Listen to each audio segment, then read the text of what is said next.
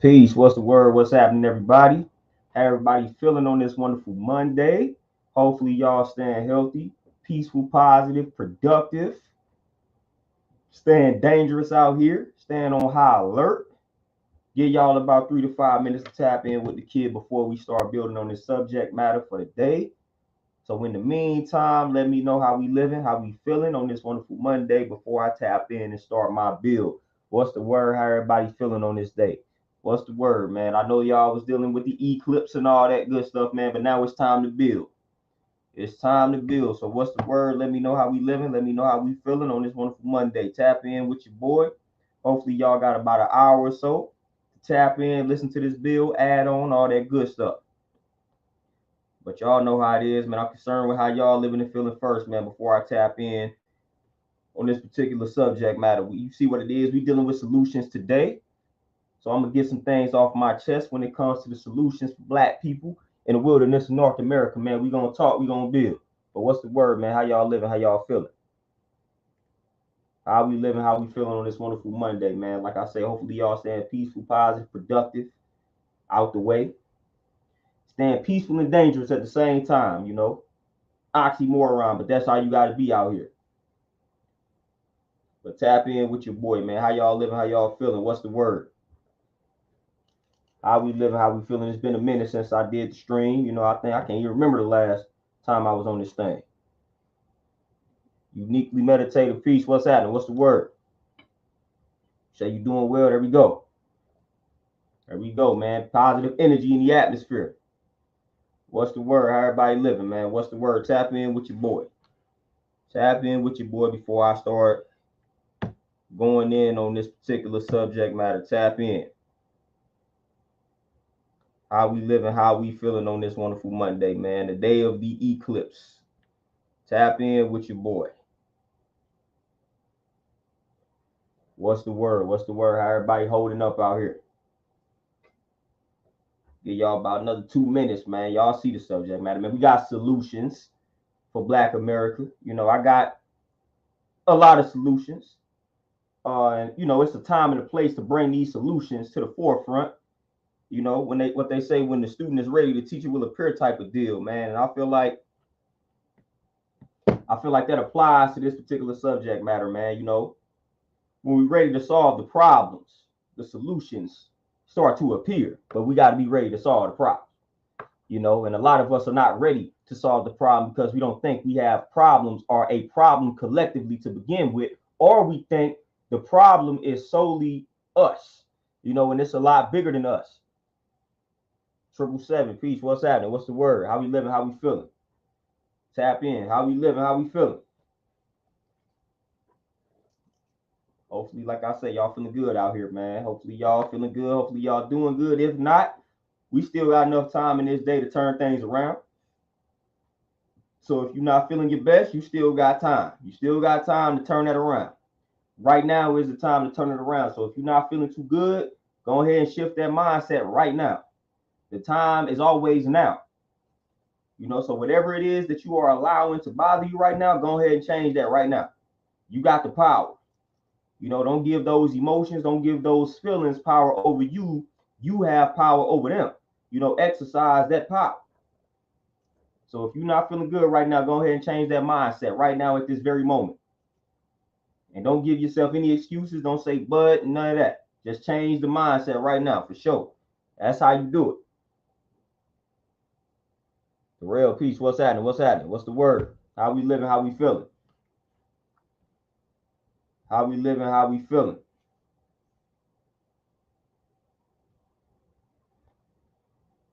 Tap in with your boy. Tap in. How y'all living? How y'all feeling on this wonderful Monday, man? Tapping in. Like I say, on the day of the eclipse, we gonna still build. We always build. Eclipse, don't matter what's going on outside. We gotta build. Straight up. Hey, the real, my brother. Peace, peace. Appreciate that donation for sure. Right on, right on. Appreciate you. Appreciate you. Hey, Chris, peace. What's happening? What's the word? What's the word, my good brother? What's happening? What's the word? How y'all living and feeling, man? How you living and feeling? What's the word? Hopefully y'all got, if y'all didn't get your workout in, you still got time to knock that out. You know, if you ain't had your smoothie, if you ain't had your fruits, your veggies, all that, you still got time to consume that. If you've been slacking on the water, you still got time to up your intake. You know, Kingred, what's happening? Peace, peace. Beast by Bless on out. Peace, what's happening? But we about 5 minutes in, man. It's time to tap in, man. You know, so I want to get straight to it. When we dealing with Black America, before I even start talking about the solutions, one thing I want to build on first is what are not the solutions. And I'm going to keep it real. You know, a lot of people ask a lot of questions when it comes to Black folks and how we ended up in the condition that we are currently in, you know, and how we allowed the other folks to do what they did to us over these years. If we so powerful, I can build on a lot of that. But I'm gonna tell y'all one of our biggest weaknesses, well, a few of our biggest weaknesses. One of the first things, we too kind, we too forgiving. We too kind and we are too forgiving when it comes to other folks. Now we not like that with one another. And again, it was designed to be like that. But we too kind and we are too forgiving when it comes to other people. We forgive other cultures way before we gonna forgive each other. You know, we got family beef right now where we haven't forgiven our cuz, we haven't forgiven our bro. But when it comes to other ethnic groups and when they do us foul, when they do us dirty, we quick to forgive them.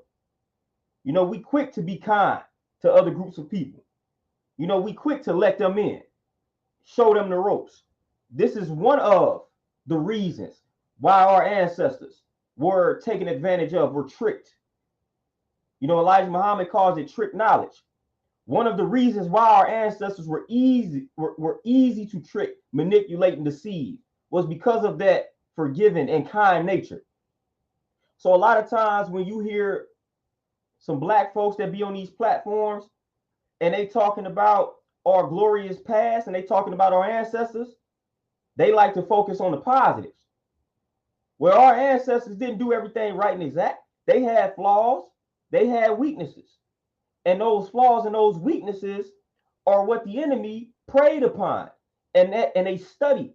They studied the original man, they studied the original woman, they studied the original people. And when you study folks, that's when you come up with weaknesses.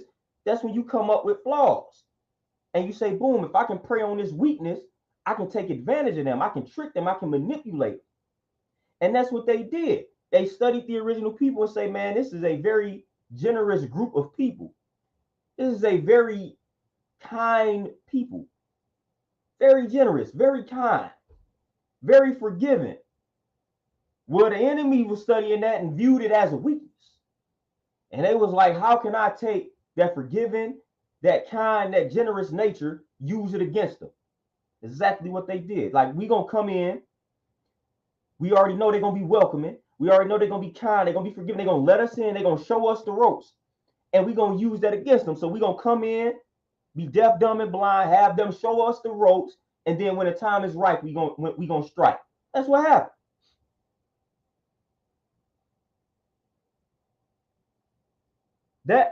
That's what happened. Like, it's real simple, you know, when you, and especially when you're dealing with a people who by nature are wicked, deceptive, manipulative. When you are dealing with a people that's like that by nature, then what do you think they looking for when they study in a group of people? They looking for ways to deceive you. They looking for ways to manipulate you. Our ancestors wasn't perfect. Our ancestors were not perfect. You know, everybody has flaws, man. Everybody has weaknesses.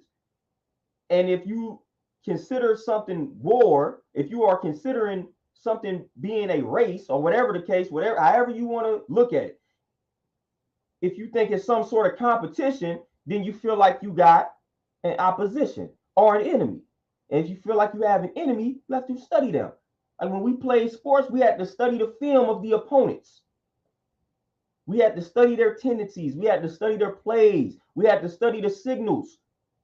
We had to study all of that so we can defeat the opponent. So the difference was our ancestors didn't necessarily look at them as opponents, but they looked at our ancestors like that. And they started studying. They running the film, studying the tape. They mastered black people. They mastered the black mind. But they had to study that black mind for years. And unfortunately, they was able to get up close and personal because we let them right on in. Because that's what we do.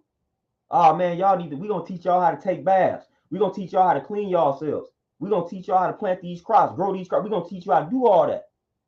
We let them know a little too much. We let them in, revealing too many secrets to them, revealing too many tricks. So step number one is we got to stop being so kind and stop being so generous when it comes to these other folks. When we doing things that's for black people, that's for the culture, we don't need any outsiders to be a part of that. That's step number one. Step number one, we got to stop allowing any and everybody to be in the mix when it comes to things that we are doing specifically for us. We don't need white folks. We don't need Asians. We don't need Arabs. We don't need any of these other groups of people being in on the mix when we are building on something that's specifically targeting us. We need to stop including these other groups of people. That's first and foremost. They should not be included. And this ain't even from an evil, wicked, and mean perspective. They just do not need to be included. They don't need to be included. When we talking about black issues, like a conversation like this, white folks do not need to be included. This has nothing to do with them. They can talk about their own issues amongst them. Other ethnic groups, other cultures do that. They abide by these rules. But we think we got to let everybody else in. We think inclusion is the principle that we got to live by. We think it's racist to exclude other folks, when we truly don't even understand what racism is. It's nothing racist about, oh, we about to discuss black issues, so this meeting is closed off to other ethnic groups, other groups of people. It's nothing racist about that. Us closing off our meetings, our discussions to other groups of people are not preventing them from getting jobs. You know what I'm saying? It's not brainwashing and miseducating their children. It's not changing the laws. It's not redlining, preventing them from being able to buy housing and forcing them to all be in one spot. It ain't doing none of that. It ain't doing any of that. So that's not racism. You know what I'm saying? That is not racism at all. When we say, look, man, we trying to discuss these black issues, we don't want anybody else in this meeting. We don't want anybody else to participate in this discussion. Nothing is racist about that. That's what needs to be done. But when we start having these conversations, we feel like we need to hear everybody's opinion.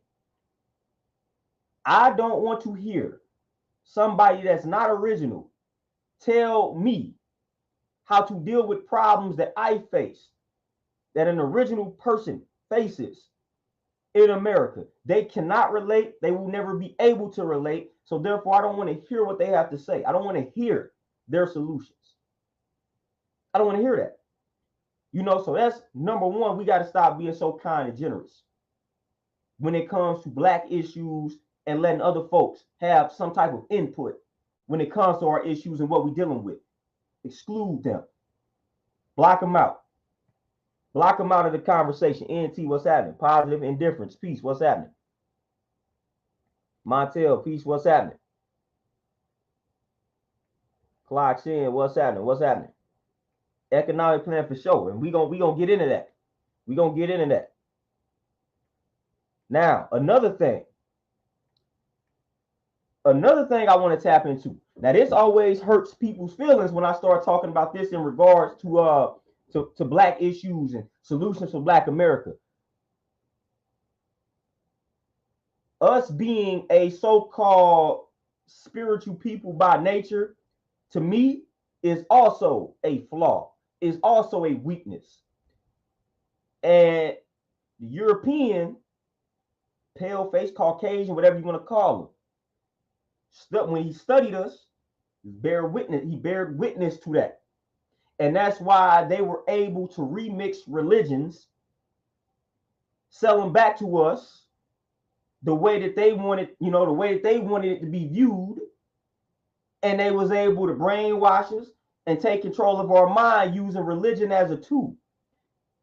Because that old spiritual by nature fact that they found out about us. To me, if you ask me, that's a weakness. It's a flaw. It's a flaw. That's why religion is to this day one of the biggest tools that has been used to control and brainwash the minds of black people, because they know, they studied us and said, hey, this is a very spiritual group of people. So if we can destroy their libraries and make them lose the knowledge of themselves for a period of time, and then we revise everything, remix it, add our spin to it, and give it back to them, they gonna fool with it. They gonna fool with it.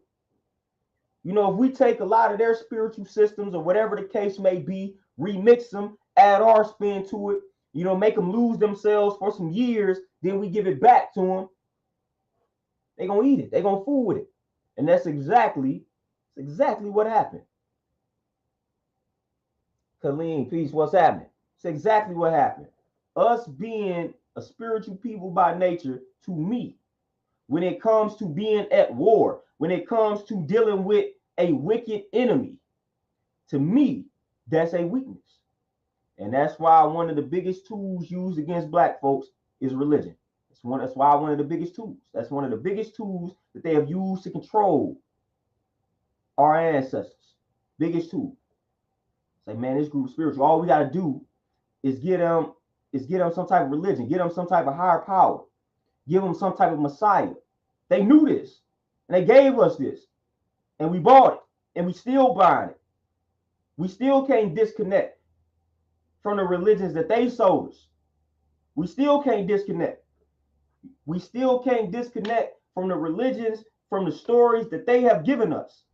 Still can't disconnect. We still got millions upon millions of black people in the wilderness of North America that's attached to the whitewashed version of these religions, of a lot of these religions. Still to this day. Still to this day, Terenzo, peace, what's happening? And that's a problem if you ask me. That's a problem, because a lot of times it's hard for us to move forward when you're having a conversation with a person, with a black person. Sometimes it's hard to get past that part of the conversation. Once they find out that you not a believer or you don't rock with this particular type of belief, they can't move forward in the conversation. And that's how they got us. That's why they use that as a tool, because we not good at putting that to the side and say, all right, let's discuss the political aspect of our condition. Let's discuss the economic plan. Black people can't get past the, man, you don't believe in this? You don't believe in that? We can't get past that part. We can't get past it. Them emotions, man, those emotions be too high for us. You can't get past when you having a conversation, and this ain't everybody that has these beliefs, but it's a large portion of them. They can't get past it. When you talking to the Christian, when you talking to the black Christian, the black Baptist, the black Lutheran, the black Catholic, sometimes even the black Muslim. And once you tell them you don't necessarily subscribe to whatever it is that they professing and believing, it's almost like the conversation is over with. They can't get past it. They don't understand. I can't work with you. Man, we got to be able to put that to the side. Whatever you want to believe in, that's cool. But we got to be, if we really trying to change our condition, we got to be able to put that to the side. And we got to be able to build on the economic level, on a political level, and a military level, because that's when things will change. That's when things will truly change. But again, black, we get stuck on that aspect. You know how many times a conversation I've been having has been going good until the person finds out I'm not necessarily a religious person? Then it's like everything that we was just connecting on prior to that admission out the window. Like, man, you haven't accepted the Lord as your, you know what I'm saying? You haven't accepted Jesus Christ as your Lord, like all that. No, you know what I'm saying?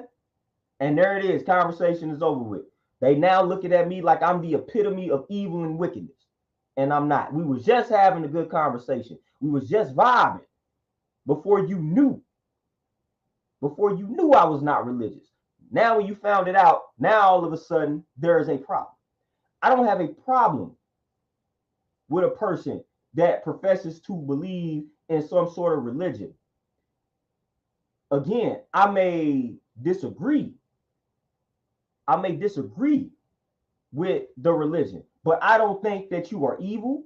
I don't think that you are going to burn for eternity. I don't think anything bad is going to happen to you other than you may be misled or led in the wrong direction by an enemy. That's it. You know what I'm saying? Because they using this as a tool. That's it though. I don't think you are doomed to eternal damnation because you are subscribing to this religion. But on the flip side, that typically is the view for somebody such as myself. And it's hard to get past that. But we have to learn to get past that. What you believe in is what you believe in. Let's discuss the politics. Let's discuss the economics. You know what I mean?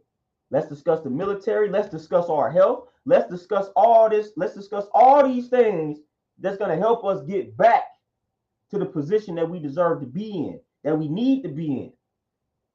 It's the important thing right there. Again, your beliefs, that's personal. But when we come together and we trying to take out this enemy, we got to put that to the side. And we got to work together, which is what they do. This is what they do. They have a lot of different beliefs amongst themselves. Hell, a lot of these white people, they don't even like each other necessarily. But like I say, when it's time for them to come together and tackle an enemy, they are good at that. They are good. They are great at that. We not so much. We are not so much great at that. You know, when it's time for us to come together and tackle an enemy, we can't even agree on who the enemy is. So we start fighting each other.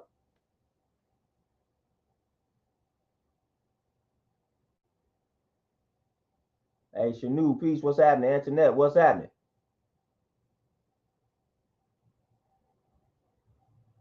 Triple seven. Hey, you already know. You know, and but what's even worse is when you strive to provide some information to these individuals. Because the difference is, like I was once in that field. I was once a part of these, like I was once in that, you know, and I had to open my mind to different pieces of information. You know, so you have to have an open mind. Now, if you got an open mind, I'm cool. But if you don't have an open mind, then it's hard for me to have a conversation with you. Because like I said, I once had certain mindsets, certain beliefs, but I opened my mind to other possibilities. You know, I stopped looking at the world like, okay, boom, everything I'm subscribing to is right and exact, and anything that's not that is wrong. No, I can be very much so wrong. So I'm open to all possibilities. I'm not just going to shut you off, shut you down because what you believe in, what you subscribe to is different. I'm going to hear you out. I'm going to think about it. I'm going to let it marinate. I'm not just going to disqualify you because, nah, this ain't what I rock with. This ain't what I subscribe to. Nah, we don't do that. Keep an open mind. You will be surprised at what you may learn, what you may find out, and how it may help you. Straight up. Yeah, and I was gonna use that Malcolm quote, but I'm like, nah, I ain't even gonna hit him with it. I ain't even gonna hit him with it. Blaze, it widens the gap tremendously. It widens the gap tremendously. You know, and I gotta keep having this conversation because it continues to be a hindrance. You know, it continues to be a hindrance. You know, like I said, even just outside of that, even when it comes to us not waking up, but just getting up. Like waking up is one thing, fam. We place too much of an emphasis on waking up. Waking up is one thing. Waking up is just my eyes open. But in order for you to truly get on with your day, like you got to get out of the bed, fam. Like you got to get up and you got to start being productive. So you got to do things. So waking up is cool, but waking up is essentially me just having my eyes open. Like I was asleep, my eyes open. Now I'm awakened. But like if you want to truly create change, you got to get out of the bed and you got to start making moves. So again, waking up is basic. Your eyes open. All right, cool. I'm up. But what you gonna do once those eyes are open? That's the key. That's the key. A lot of us, we just stop at, okay, my eyes are open, I'm woke. Nah, now it's time to put in the work. So when it gets time to put in the work, I feel like another way, the religious mindset, or even sometimes this spiritual mindset, don't even, y'all spiritual people ain't off the hook neither now. I got a bone to pick with y'all. But I feel like those two mindsets pacify us when it comes to us actually putting in work. We start saying things like all we can do is pray. We start saying things like Jesus is going to return. We start saying things like that. We start waiting on a rapture. We start waiting on some type of major event to happen and come wipe out all the evil and wicked folks. I'm sorry to inform y'all, but none of that is going to happen. We shouldn't be sitting around waiting for a rapture, waiting for anything to happen to these wicked folks. It's not going to happen. I promise y'all, it's not going to happen. If we want to get these wicked folks up out of here, we're going to have to do that ourselves. That's the only way that's going to happen. It's not going to be some religious force taking them out. It's not going to be some type of spiritual force where the universe is taking them out. If the universe was going to take these folks out, they would have did it. They would have did it already. It would have happened already. So I'm sorry to inform y'all, there will be no universe wiping out these wicked folks. There will be no religious force wiping out these wicked folks. The only people that can wipe out these wicked folks is us. It's us. So are we going to keep sitting around waiting for something to happen to these folks, or are we going to get up and decide to remove these folks? If we don't choose the latter, then they are going to continue to have power over us. They are going to continue to have power over us. And that's just a fact. That's a fact. But black folks sitting around waiting, all we can do is pray. No, that's not all we can do. We can do a lot more than pray. Okay, yeah. When the rapture comes, we in the end of times. We in the end of no, we're not, fam. You know what I'm saying? Or let me rephrase that. Every day you getting closer to your last breath. Every day that you live. But there is no catastrophic event about to happen that's about to wipe all these folks out. It ain't happening. They have been giving us prophecy after prophecy after prophecy after prophecy. It's not going to happen. It's not going to happen. And they have been selling us that type of stuff so we don't wake up and take action. So anytime you get a group of people where that's the message, get up and let's take back what's ours, they got to kill them. They got to wipe those type of people out. But if we sitting around kumbaya praying and waiting, they cool with that because they know nothing is going to happen. They know it's not going to happen. They know it.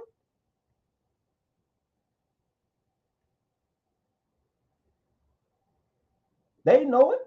They know there's no universal force coming to wipe them out. They know there's no religious force coming to wipe them out. Only thing that can wipe them out is us. Us getting tired of getting on some Nat Turner vibes. That's what wipes people out. When you turn into Nat Turner, you know what I mean? Tucson L Overture. When you turn into all of these folks, that's what wipes these folks out. That's what get them out of here. But we sit around, we wait, and we think all we can do is hope and pray, and this and that. That's all we think we could do. That's a weakness.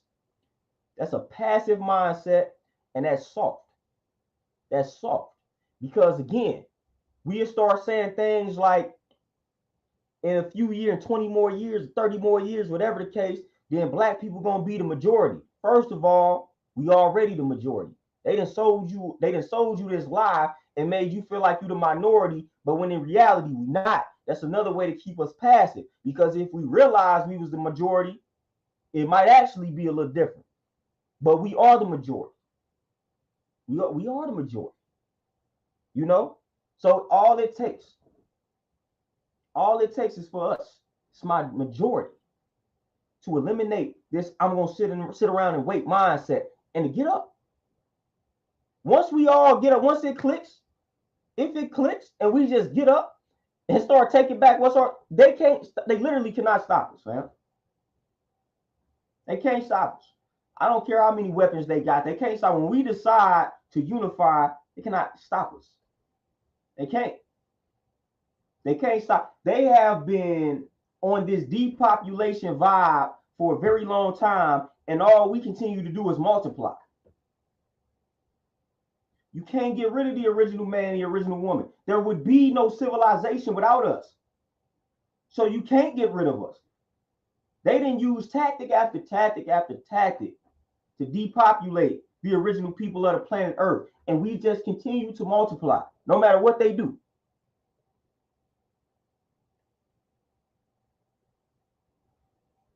No matter what they do. DJ Elmo, what's happening? What's happening? LJ, the Southern Vegan, peace. What's happening?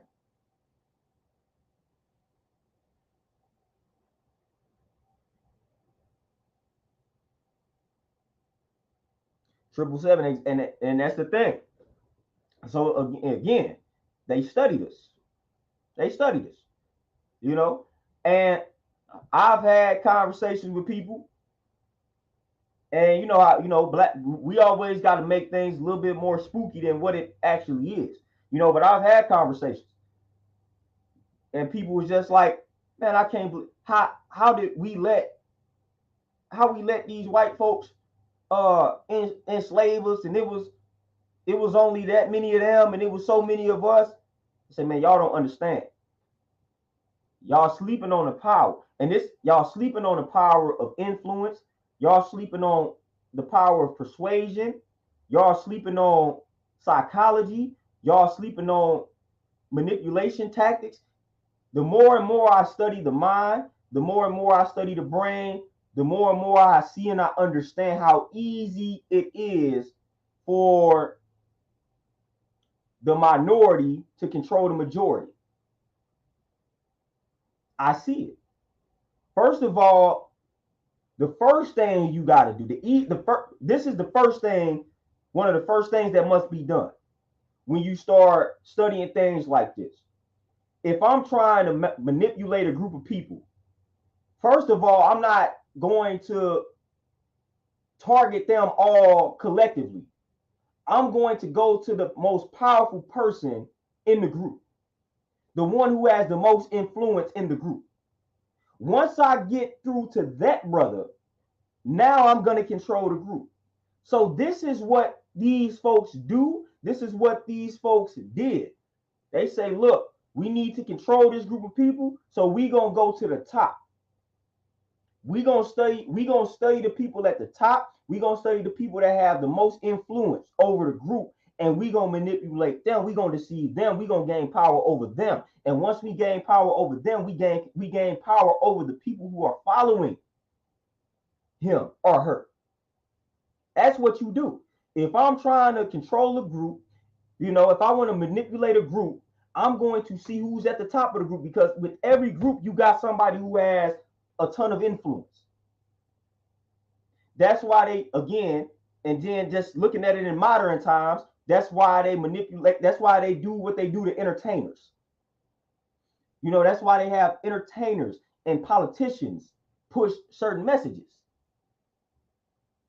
And I quote Dead Prez, I quote M1 every time that I talk about this. You can't fool all the people all of the time. But if you fool the right one, then the rest will fall behind. Let me quote that again. You can't fool all of the people all of the time. But if you fool the right one, then the rest will fall behind. This is one of the main tactics that they use. This is psychology. This is persuasion. This is influence. This is marketing. Let's bring in somebody of authority. Let's bring in somebody of high influence who the people look up to. Let's control him. Let's groom him, matter of fact. And then we going to have him carry out the message.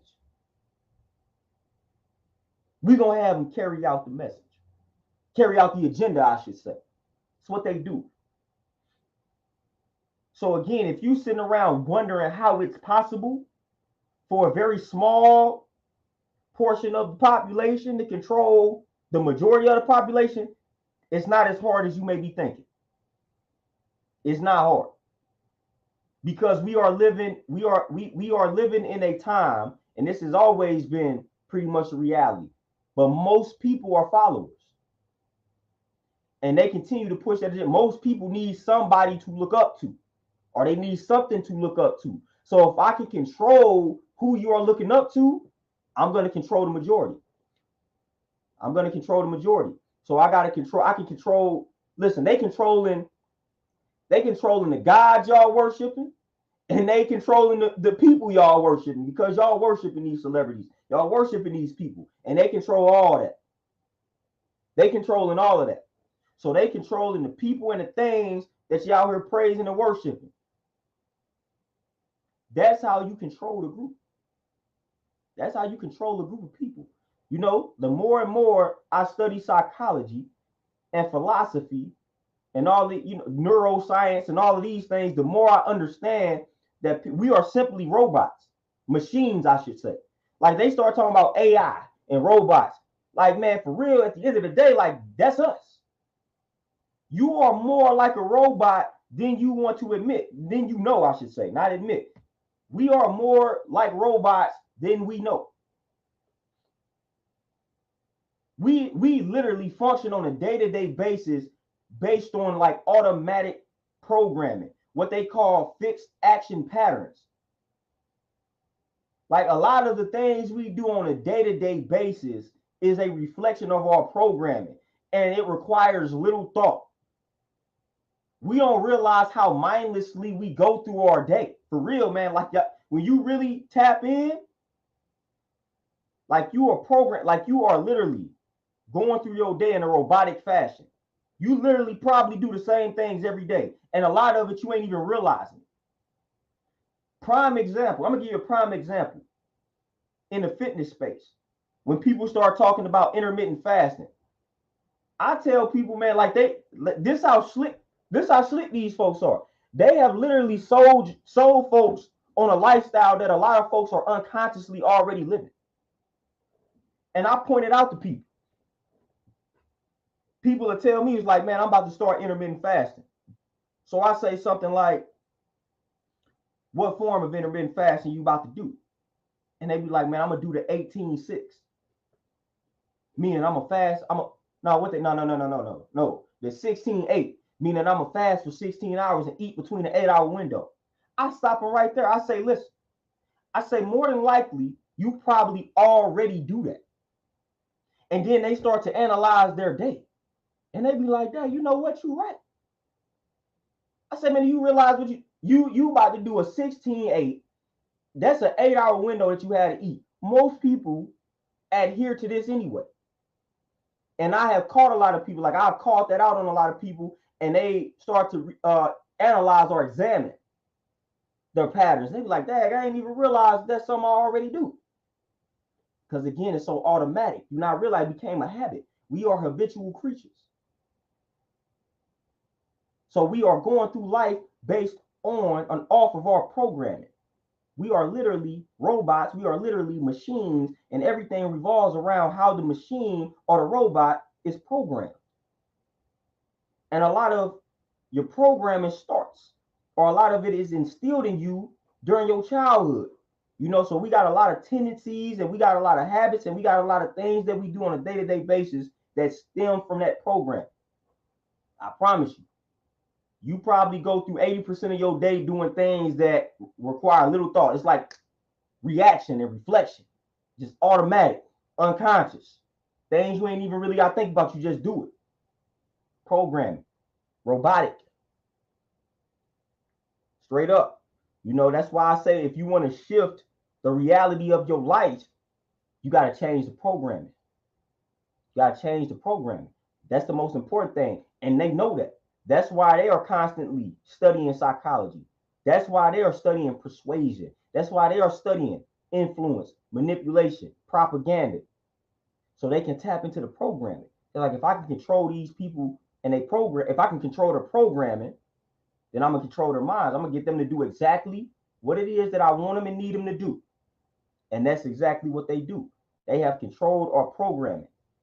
So now we move in a fashion unconsciously, the way that they want us to move. Sharif, man, peace, what's happening? So again, be mindful of your programming. And it's hard to get people to be mindful of something that they don't even think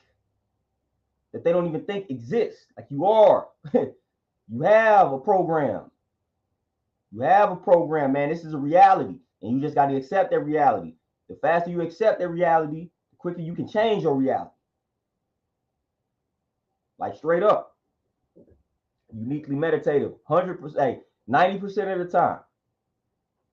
90% of what you do is unconscious, subconscious, whatever you want to call it. Only about 5 to 10% of what you do is actually conscious.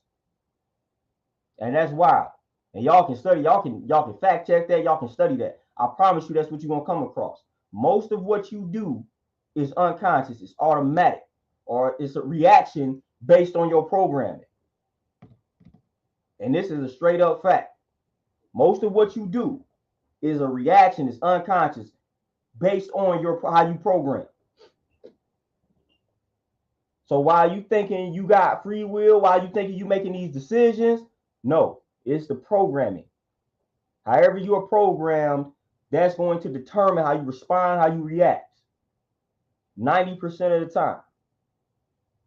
Straight up. So if you want to change something, you got to change the way you program.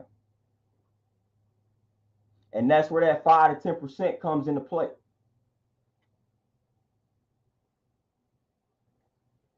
But I done pointed out some things that are not the solutions. Now let me point out a few things that are solutions. And I kind of already touched on that when I pointed out the things that are not solutions. For one, we got to stop being so kind and generous when it comes to allowing other people in the cipher when we are discussing Black issues. Number two, we got to learn how to keep our personal beliefs just that, personal beliefs. And we got to be able to sit down at the table and discuss common enemies and common goals as a people. Straight up.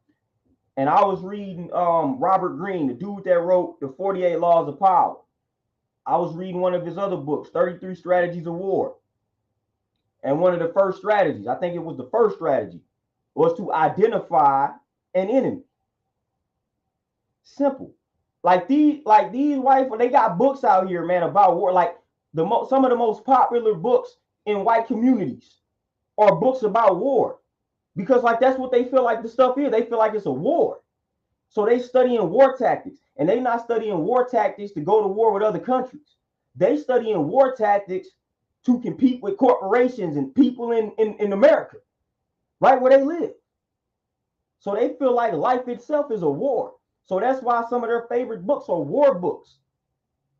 So I just started studying the books that they have written about war, and I study the books that they read about war. And they let you know, when you read the 33 Strategies of War, that is almost like a business book.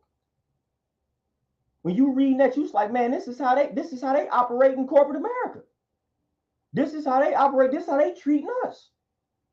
But the first strategy in that book was to identify an enemy. I feel like as Black people, that's what we have to do. That's what we have to do. And we have to do this in two ways.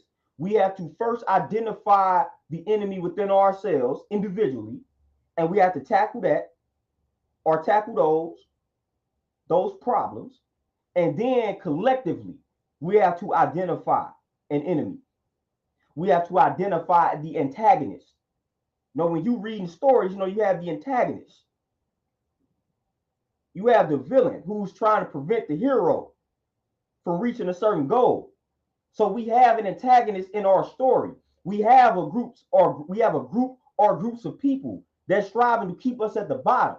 and prevent us from reaching certain goals, reaching certain landmarks. We have to come together collectively to identify who these people are, because these people exist, these groups exist, and these groups are much bigger than you and me. So when we say things like we are our own worst enemy, I disagree. I disagree with that. And that's how the unseen hand, that's how they get us. They make us believe something like that. Now, individually, I will agree, but as a people, I disagree, because who set the playing field for us to go to war with one another? Somebody set that playing field. When you start tapping into the creation of the projects, somebody created this type of condition to exist via redlining and things like that. So when we get into the politics of everything, then we see that somebody that's bigger than you and me had a bigger role in creating this battlefield to where we think, oh, we are our own worst enemies. No, somebody created that entire battlefield. Somebody structured that whole that battlefield.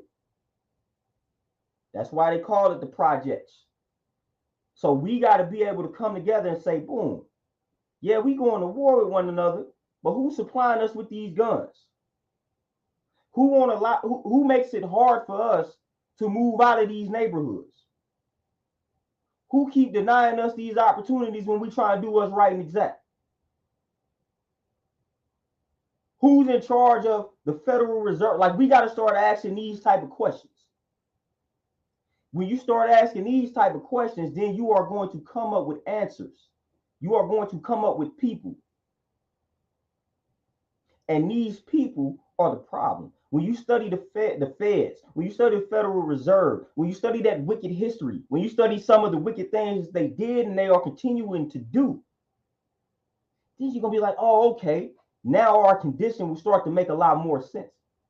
So we gotta identify who this common enemy is. And we got plenty of black groups.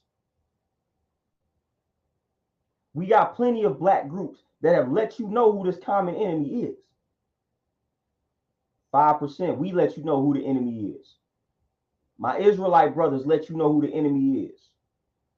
My NOI brothers let you know who the enemy is. Hey, the Black Panthers was letting you know who the enemy is. Marcus Garvey letting you know who the enemy is. Nat Turner didn't let you know who the enemy was and is. So we got plenty of black groups and black people who have throughout the years and to this day continue to remind us who the true enemy is. So we got to get in line collectively with that, and we got to identify this enemy. And once we come together collectively and identify this enemy, now we've got to do exactly what they did to us, which is something that I do. We got to study the enemy. When they say if you want to hide something from them, put it in a book. They put it in the books. So we got to study them. We can read the books and we read them. We got to study them, find out their weaknesses, find out their flaws collectively. And when the time is right, strike. But we not going to strike if we can't agree on who the enemy is. So we got to come together. That's one of the solutions. Come together collectively and identify the enemy. And we got to stop acting like it's not war out here. And we have to stop acting like these other groups are not striving to manipulate us or not competing with us and all this. We got to stop giving these other groups the benefit of the doubt, because we don't give our people the same benefit of the doubt. So we got to stop doing that. We got to come together collectively and say, all right, we have a common enemy, and this is who the common enemy is. Let's study them so we can master them, so that when the time is right, we strike. We strike. The second thing that I feel like is most important, or the second step or solution that I feel like is most important, is on an economic tip.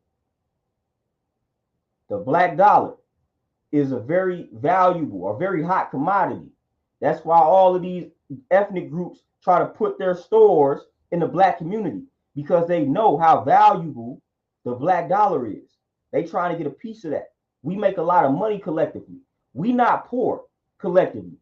We not poor at all. We, matter of fact, we are one of the wealthiest groups collectively. When you add up the revenue, collectively of black people in America, we make a lot of money. I don't remember what the figure was last time. I want to see if I could probably look that up right now.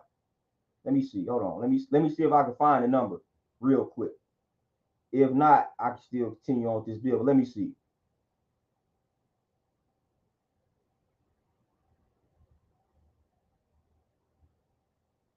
Let me see real quick. Let me see if I can pull it up.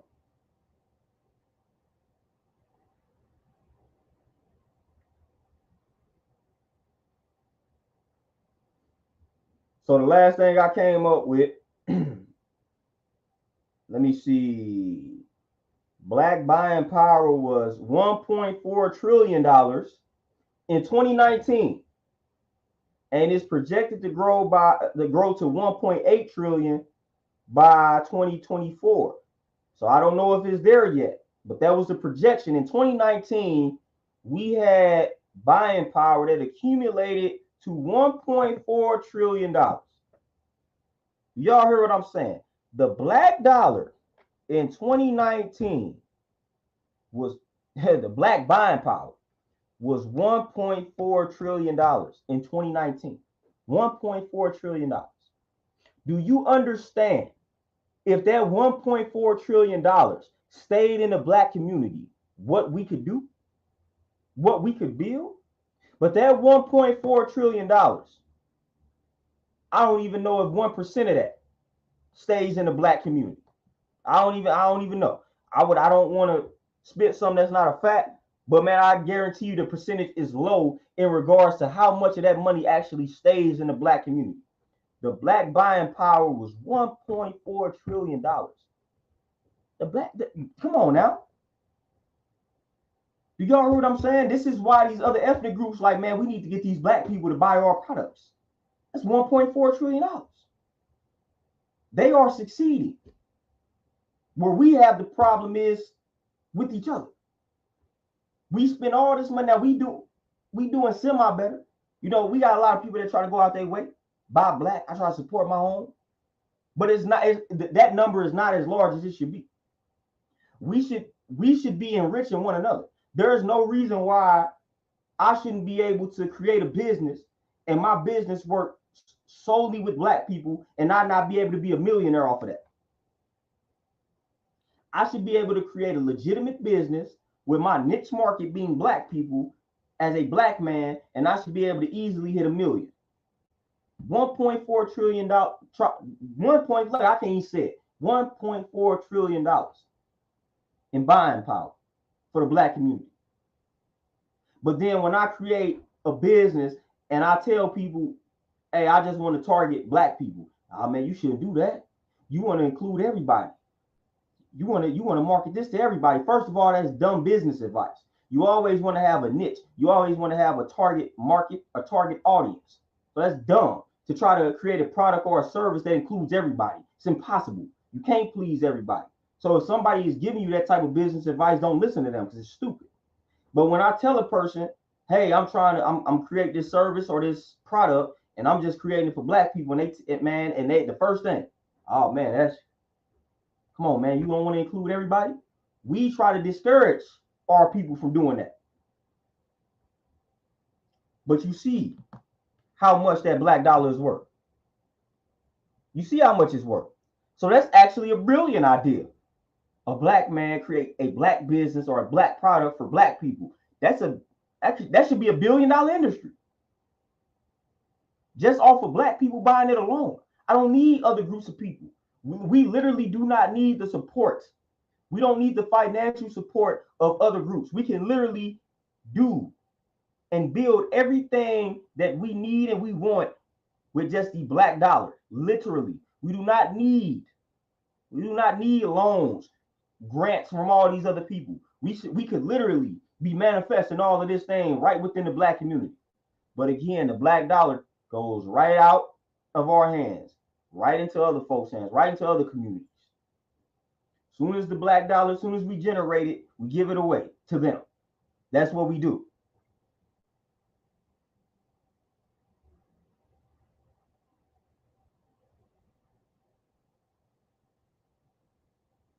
Your kids, mama, friend. Hey, what's happening, man? What's happening? Marcus, yeah, I believe I remember that. Hey, Terrell, peace, what's happening? D Royal, what's happening?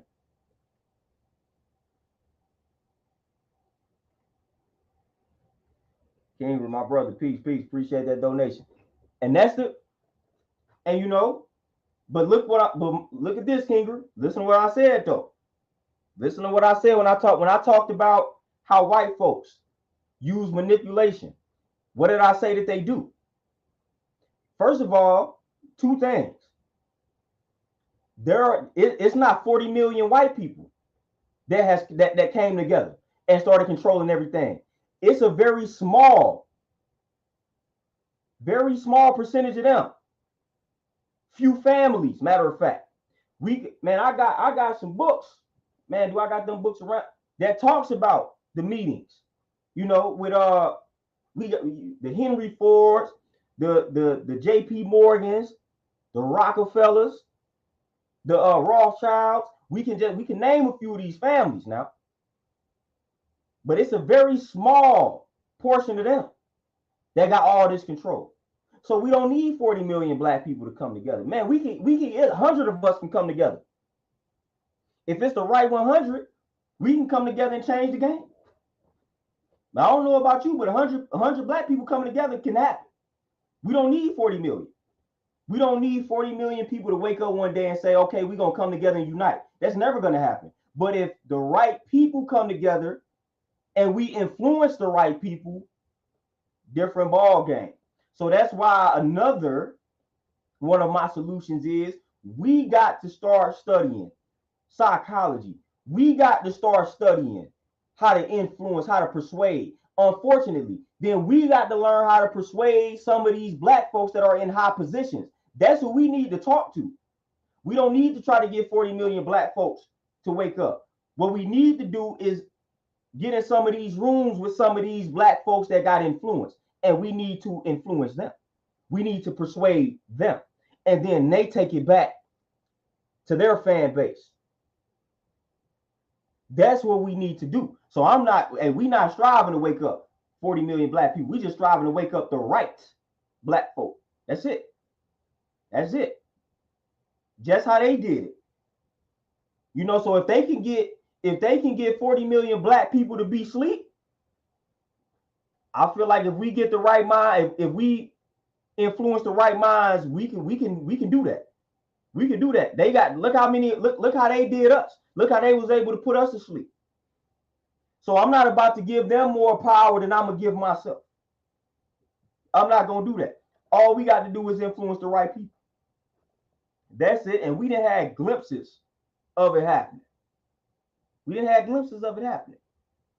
Because you'll be surprised. You'll be surprised. You'll be surprised at who's paying attention, who's watching. I know for a fact, and it's hard to prove this definitively, but I know for a fact it's some folks, it's some dudes with some nice followings that be tapped into what I be doing. I know this for a fact. That's why I continue on with the message that I'm pushing. They just don't say anything because they can't. Some of them are still afraid at this point. But it's some folks that's paying attention that got some decent influence. And if I just keep drilling it in, then eventually it's gonna click with them. And then next thing you know, now they whole fan base is tapped in, or at least a large chunk of it, because they might lose some folks. So I'm not gonna say the whole fan base just gonna blindly follow them, but most of them will. And all I have to do is tap in and influence one of them. I can influence one person, but reach a million in this day and age of social media, because you got one person that has millions of followers. So all I need to do is get the one person. I don't need to get the million. So that's what we got to change our thinking. We got to stop thinking we got to try to wake all black people up individually. I mean, we got to wake 40 million up. Nope. All I need to do is find these folks that's got all these followers, all these subscribers. I need to tap in with them. And that's what I'm going to do. I'm going to tap in with them. Let me talk. Let me holler at you. Let me holler at you. Of course, we ain't going to get through to all of them. We ain't going to get through to all of them. But some of them be listening. Some of them have gotten canceled. Some of them have put their careers on the line. You know what I'm saying? But we got to stand behind them when they do that. Sometimes we abandon these folks when they do that. No, we got to stand behind them when they do that. Straight up. So we got to tap in with the psychology. We got to tap in with just studying the mind. And we got to use that to reprogram the right people, influence the right people. That's it. That's it. Once we get the right minds under that influence, once we get the right minds to get some knowledge of self, we good. We good.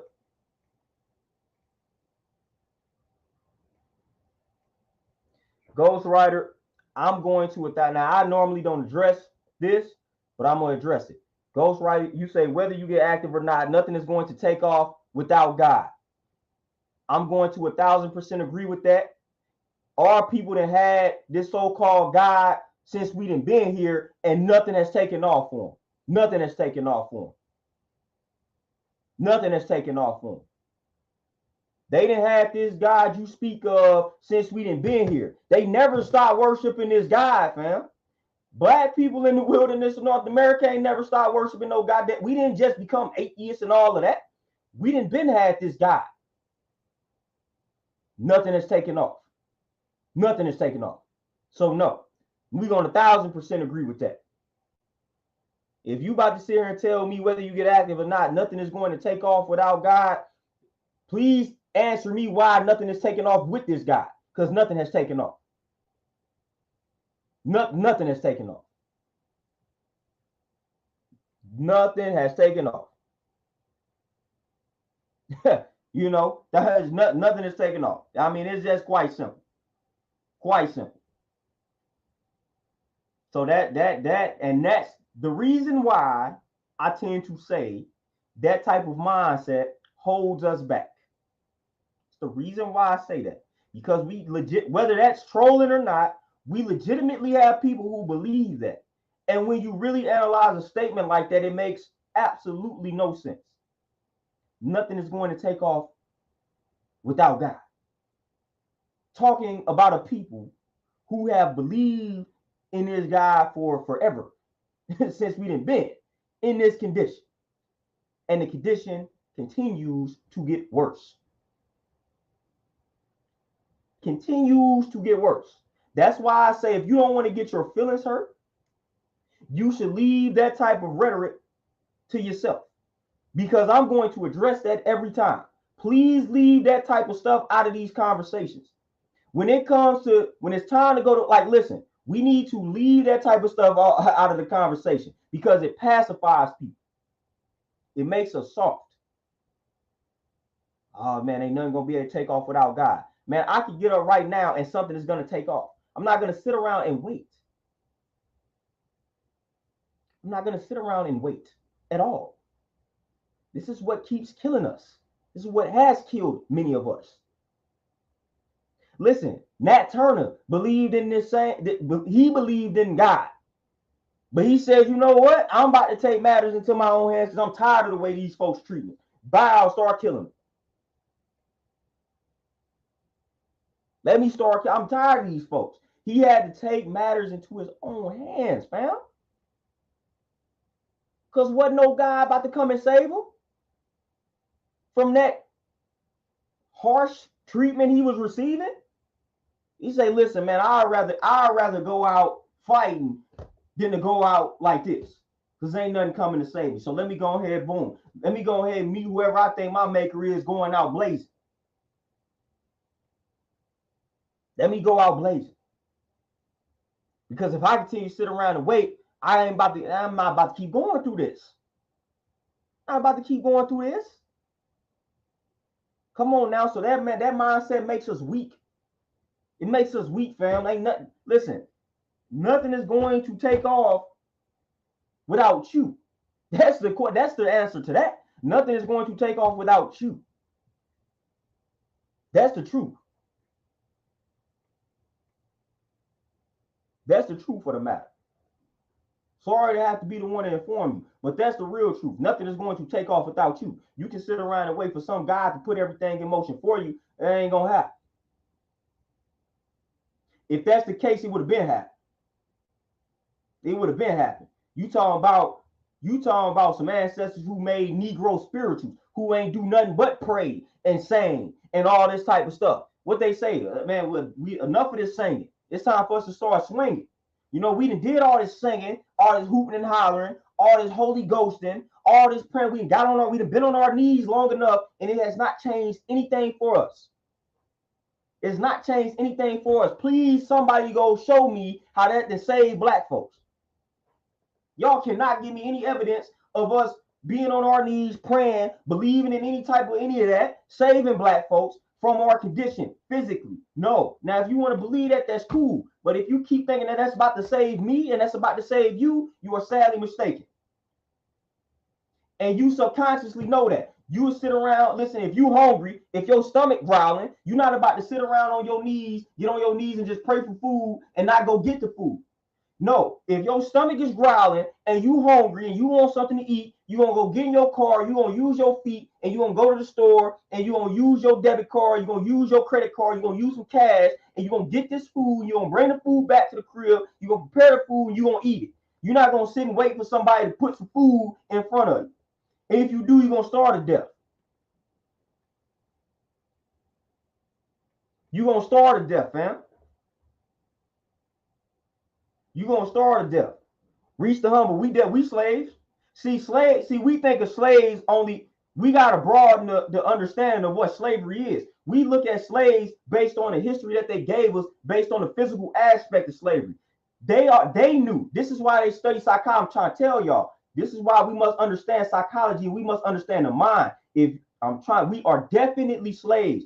The bigger form of slavery is psychological slavery. The physical slavery that they hit our ancestors with, they did that because they knew what they would drill into the future generations, and that would cause the psychological slavery. So they was breeding the environment to where we can enslave these folks without having to do it physically, and that's what they were doing. They like, boom, we gonna whip them now so they can instill this fear in the children, and then when these children grow up, then these children are going to unconsciously maneuver in a way that we want them to based off of the fear that was instilled in them when they were babies. That's psychological slavery. That's the collective trauma that a lot of us deal with and inherit. Man, that's one of the biggest forms of slavery, because it's hard for us to defeat that slavery because we don't think that that's a form of slavery. And we think that this simple. It's not simple. Psychological slavery is very much so real, and black folks are very much so suffering from it. Case in point is look at the condition of black folks. If we were not mentally enslaved, if we were not psychologically enslaved, then that $1.4 trillion that I'm talking about in black buying power, that would not be leaving our community as soon as we get it. But they got us psychologically enslaved. Listen, when I tell you that 90% of how you move is based on your programming, man, this is what I'm talking about. This is what I'm talking about. Fam, analyze yourself. Analyze folks around you. And you're going to see how many people, you're going to see, not how many, you're going to see how everybody moves based off of some sort of programming. That programming is the mental slavery that I'm talking about. Man, you are not moving around on a day-to-day basis making conscious decision after conscious decision. The mind doesn't like to work like that. The mind likes to take the path of least resistance. So the mind takes whatever you continue to do on a repetitive basis, on a daily basis. The mind takes that and makes it a habit, because the mind doesn't want to think about every movement. It doesn't want to think about every move. It doesn't want to think about every action. So it wants to take the path of least resistance. So everything that you repeatedly do, the subconscious takes that as a habit. So now you do all these things and you move unconsciously. So a lot of what we do on a day-to-day basis, We are reacting and we are responding based off of this programming. And unfortunately, the programming, a lot of us, we did not have any control over that. A lot of the programming that you possess right now is based off of your childhood. This is why they are always marketing towards the babies. This is why they're always marketing towards the youth.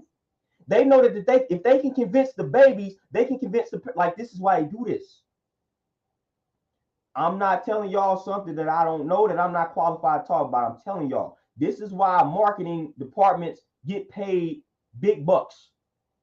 And this is what they are discussing in marketing departments. They not trying to get you to change what you do on a conscious level. They look, man, we need to get into their subconscious. We need to get into their unconscious. That's literally all they are studying. When I'm sitting around in these marketing classes, getting these marketing degrees, that's all we were studying. We were studying habits.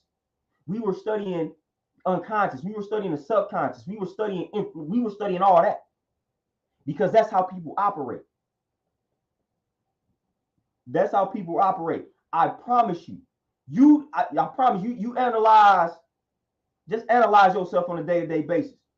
You will have a lot of it's a lot of things that you do that you might not even know why you do it, and you don't have to think much about doing it. Again, it's that programming. That's enslavement. When that programming was used as a tool. And that's what not even used as a tool. When we got an enemy that is responsible for the programming. And the way that the enemy is responsible for the programming is, again, instilling that trauma, instilling that fear in folks who can pass it down. So we got a lot of collective trauma, a lot of collective bad habits that's very hard for us to break, that a lot of us are not dealing with. It's hard to break, man. I'm trying to tell, listen, I'm in fitness, and I can tell you straight up, like just being a trainer, and I'm dealing with people who are obese, overweight. You got ignorant people, and I'm in this field. I can tell y'all, you got folks that's ignorant that, man, all you need to do is stop eating so much. Man, when people start saying that, I know they don't understand psychology. They don't understand hormones. They don't understand a lot, because it's really not that simple.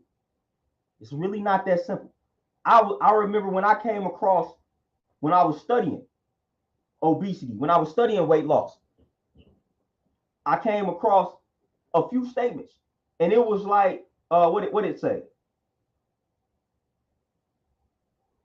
Man, I don't want to misquote it, because it has something to do along the lines of like, people do not. Man, woo, I can't. I don't want to misquote. It was a powerful quote, but it had something to do with eating and obesity. And a lot of people think it was something. I'm gonna paraphrase it. A lot of people think eating a lot is what causes obesity. No, like obesity leads to someone wanting to eat a lot because your hormones are now out of whack. So it's like the opposite of what you think is true is actually the reality. But again, people don't understand hormones and hormonal imbalance. And when your hormones are out of whack, man, it's not that easy. It's not that. I'm trying to tell y'all, I'm in this field. I'm in the field. When you talking to somebody who's overweight and obese, the worst thing you could say is, man, just stop eating so, make it seem so. So I'm telling y'all, it's not. I promise you, it's not. You are literally dealing with a hormonal imbalance, and you are fighting against your body. Like, it's a lot of things that's going on. You are literally dealing with your body. Again, this is why I say we are machines. Once you get up to a certain point, your body will now accept this weight.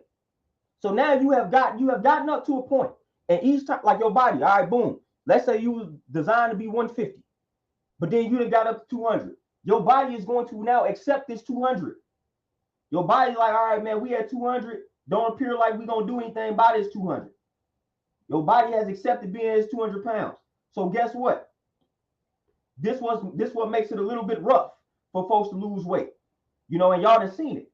When your body accepts that new set weight at 200, anytime you get underneath that 200, man, all the hunger hormones. When you start looking up things like leptin and ghrelin and things like that, the hormones that let you know you full, the hormones that let you know it's time to eat, those things get out of whack.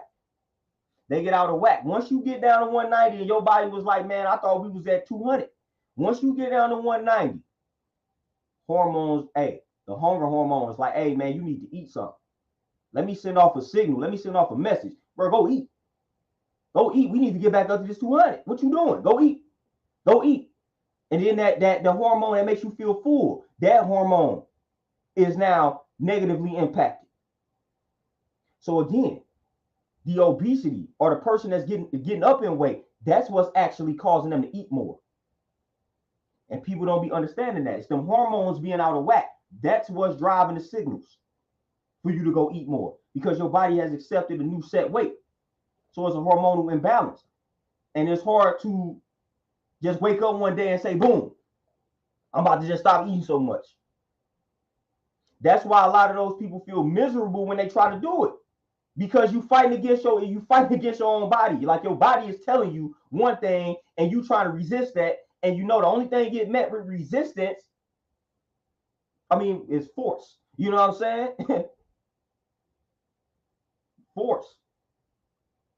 So it's complicated, man. So that tends to wear you down. So now you're just fighting with your body. Like, you trying not to eat. You trying to resist this urge to eat. And your body like, nah. You know what I'm saying? We need to get to this 200. So that's why it takes people a minute to fight that, because it's hard. You're going against that programming. Your body has accepted a new set weight, and every time you get underneath it, hormones start going off. Hormones start going off. Your body like, what you doing? You know, and I'm in that field, man. It ain't losing weight and gaining weight. Same thing. People trying to gain up like those. It's not. People think that stuff is easy. Nah, it's not. You know, and a lot of people just make it appear to be way easier than it is. I'm trying to tell y'all, man, losing weight is not that easy, because you're going against that. By you going against the hormones, man, your body didn't accept it. It didn't accept a new set weight. That's it.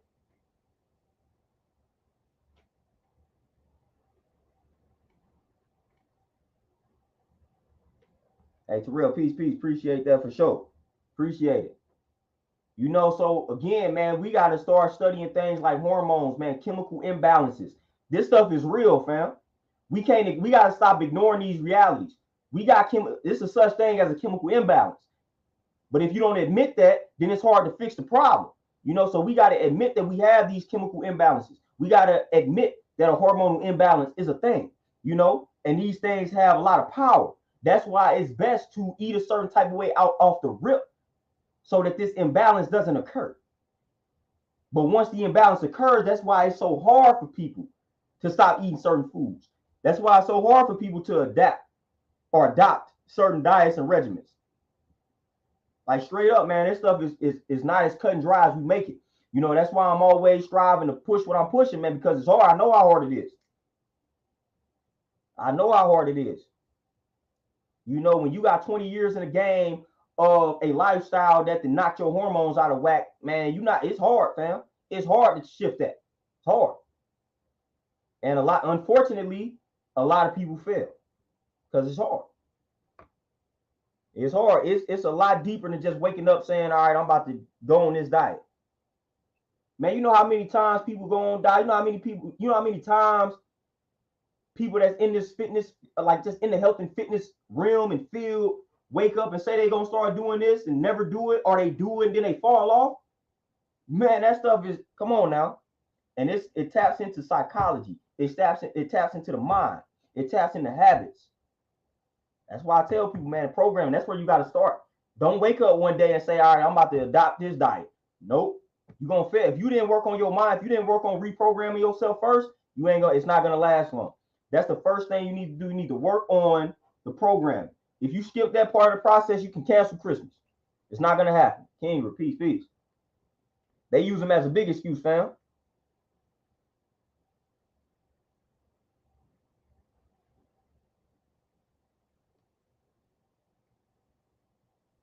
Straight up.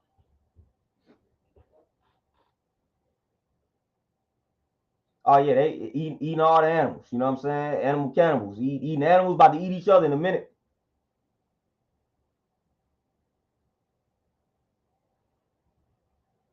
Man, reach it. Now reach this. What I'm gonna tell you. So again, that sounds great, but we got to dig into the origin, right? If I say people need something that they obviously don't have, then I got to tap into why they lack accountability, why they lack discipline. So me just saying, oh, you need accountability or you need discipline. Now I got to tap into why you do not have these things in the first place. And when we start tapping into the why, this is when we start tapping into the makeup of the body and the mind, and we start getting into the psychology of things. We start getting into hormones. We start getting into chemical imbalances. We start getting into the cells of the body, which each cell is a form of intelligence, and how to reprogram these cells. Because a lot of us have cells inside of us that have become self-destructive or destructive in general. You know, this is the science of life. You know, we need to exclude all this religious talk. We need to exclude that. Like, really, the body is fascinating in and of itself. You can have your religious belief, but look, man, we can't ignore the actual science that's going on inside your body. We can't ignore the actual life of the cells that's in your body. Like, this is a reality, fam. This is a reality. Your body consists of cells, fam, and these cells are intelligent. But just as intelligent as these cells are, these cells can be programmed for destruction if you adhere to a destructive lifestyle. And that's what's happening. So a lot of our cells are programmed for destruction. So we got to reprogram themselves. That's what they mean by autoimmune disease. And autoimmune disease is the body self-destructing, the body eating away at itself. So your cells in your body that was once productive, that was once harmless, have now become destructive, and they're starting to, boom, cause you to self-destruct. That's what an autoimmune disease is. So this is the actual science of life. This ain't got nothing to do with any type of religion. This ain't got nothing to do with angels. This ain't got nothing to do with spirits. This ain't got nothing to do with none of that. This is the actual science of the body. The actual science of the body states this. Fam, autoimmune disease. This is what an autoimmune disease is. The body turning on itself. I don't have to bring in no type of religious belief. This is what it is. If you start eating the wrong way, your body will turn on itself. If you start ODing on drugs, the body will turn on itself. Any type of destructive behavior that you continuously indulge in, the body will turn on itself. It will turn on itself. The science of the body. This is the science of the body. And if you do not want the body to turn on itself, there are certain lifestyles that you can adhere to, certain choices that you can make that will create a healthy environment internally, that I don't have to bring any type of religious talk into making it happen. So again, you can have a religious belief, that's cool, but let's not ignore the actual science, the actual makeup of the body. You can study the body and you can lead a religion out of it. Just study the body and you can see what the body does, how the body moves, how the body responds. I don't need to bring religion into that. I don't need to. Not at all. You see what the body do. Go continuously eat the wrong foods and see what your body does. On a cellular level, you are poisoning the cells in your body and they become destructive. And that leads to cancer, that leads to diabetes, that leads to strokes, that leads to heart attacks, that leads to all these ailments and all these illnesses. That's what happens.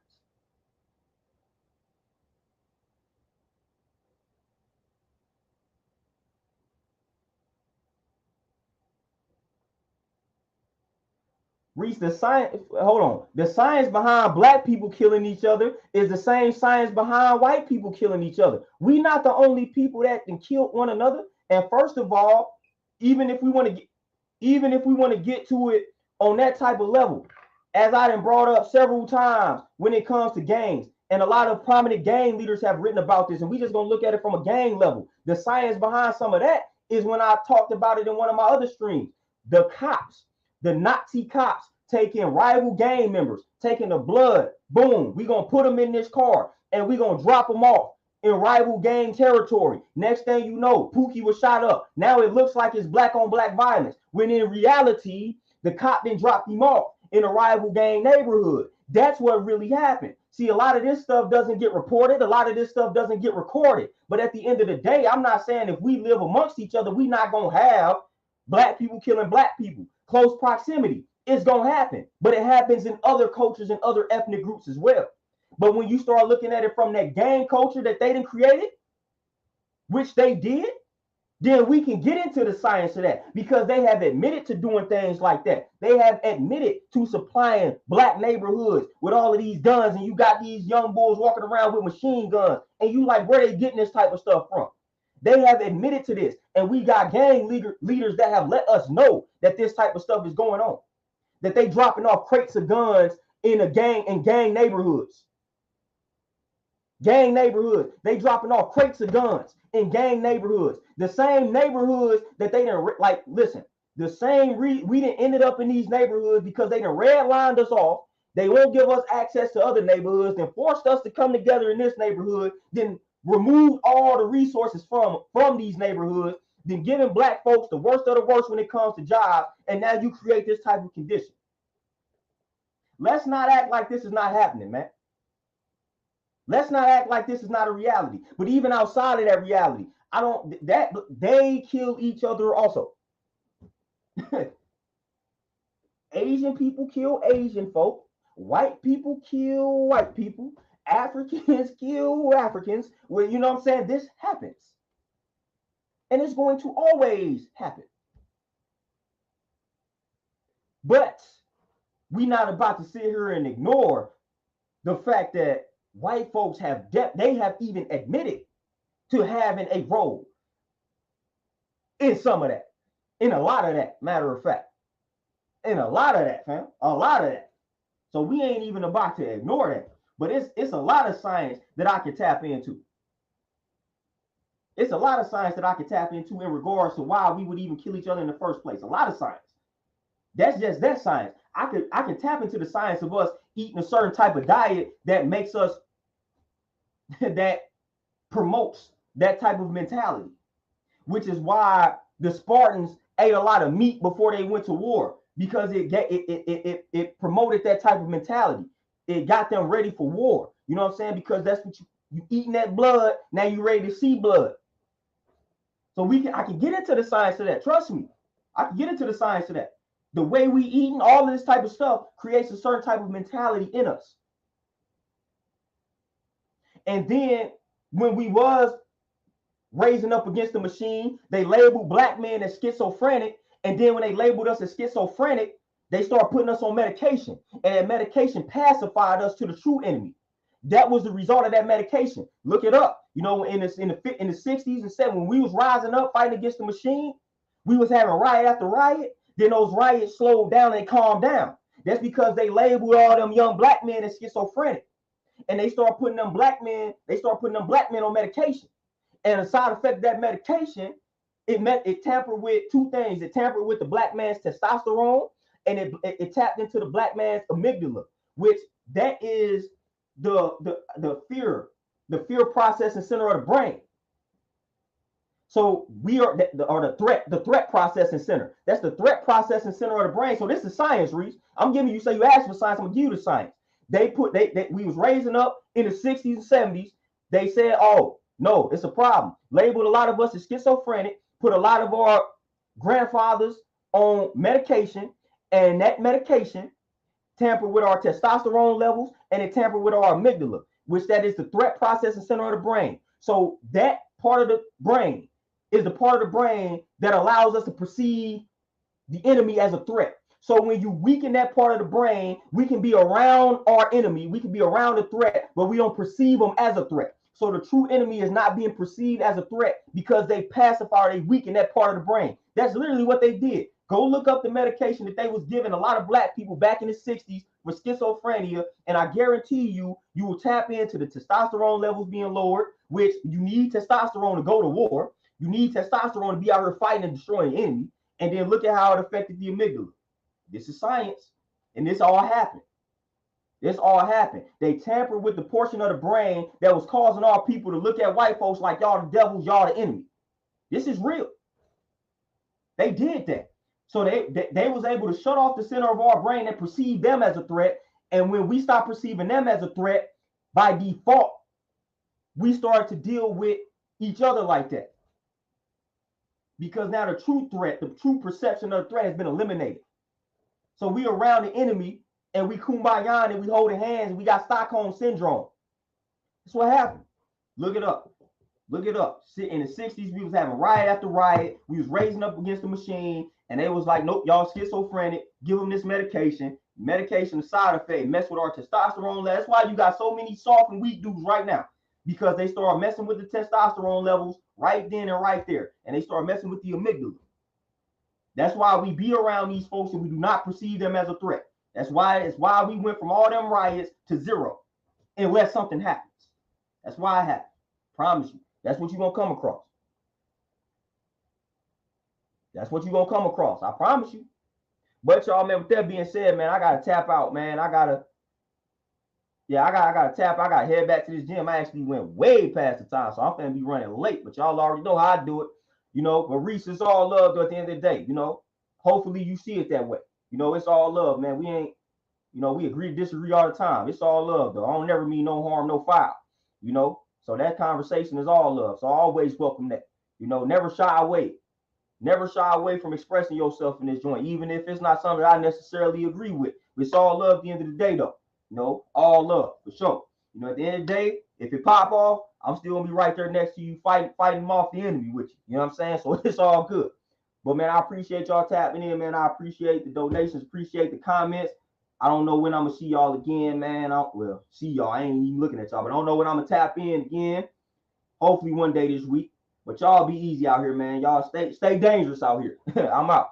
Peace.